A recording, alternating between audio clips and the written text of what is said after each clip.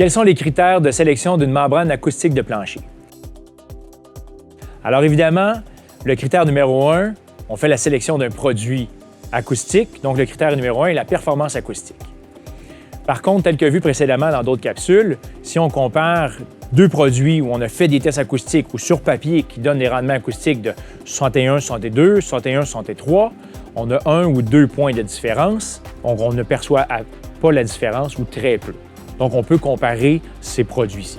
Si on compare deux produits, on a effectué des tests, on en a un qu'on obtient 55, l'autre 58 et un autre 60. Bon, évidemment, lorsqu'on a plus de 3 points de différence, ça commence à être significatif.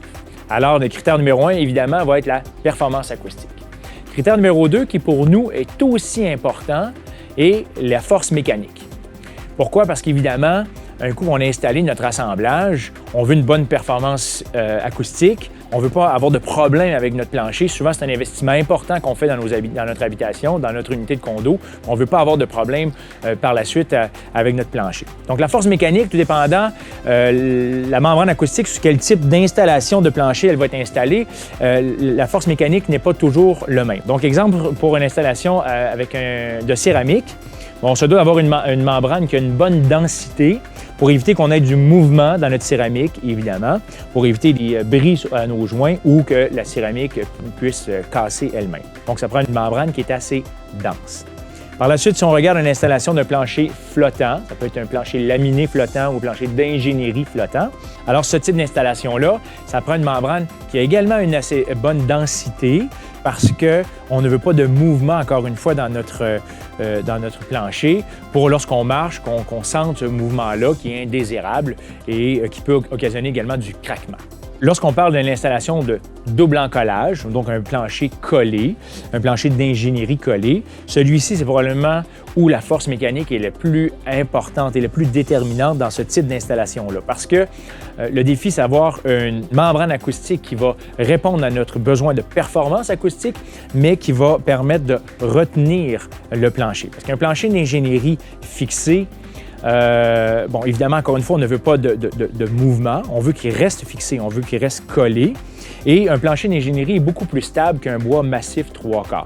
Donc, avec les changements de température, changements d'humidité qu'on peut avoir dans nos habitations, le plancher d'ingénierie va moins réagir, moins prendre d'expansion puis se rétracter qu'un bois massif, mais il va quand même prendre ces mouvements-là. Donc, on se doit d'avoir un assemblage, une membrane acoustique de plancher qui va permettre au plancher de faire ce mouvement, mais tout en le retenant.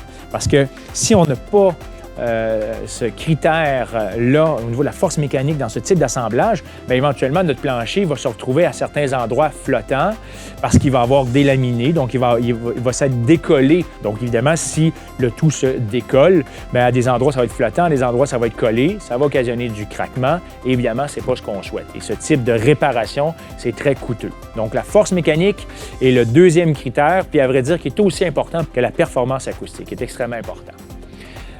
Autre critère également à considérer, la longévité et la durabilité du produit choisi. Donc, évidemment, la membrane acoustique doit être aussi durable que le plancher en soi. Donc, certains produits vont perdre leur propriété dans le temps, peuvent s'assécher.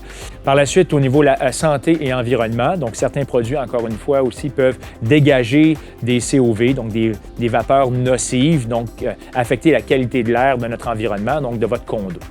La valeur thermique aussi, donc dans certains types d'installations, la valeur thermique, le confort que ça peut vous donner au pied, ça peut être un critère qui est intéressant, et la facilité d'installation. Donc, lorsque vous faites le choix d'une membrane acoustique, il ne faut pas uniquement regarder la performance acoustique. Évidemment, c'est un critère qui est extrêmement important. Il y a d'autres critères qu'on vient d'énumérer qui sont aussi très importants.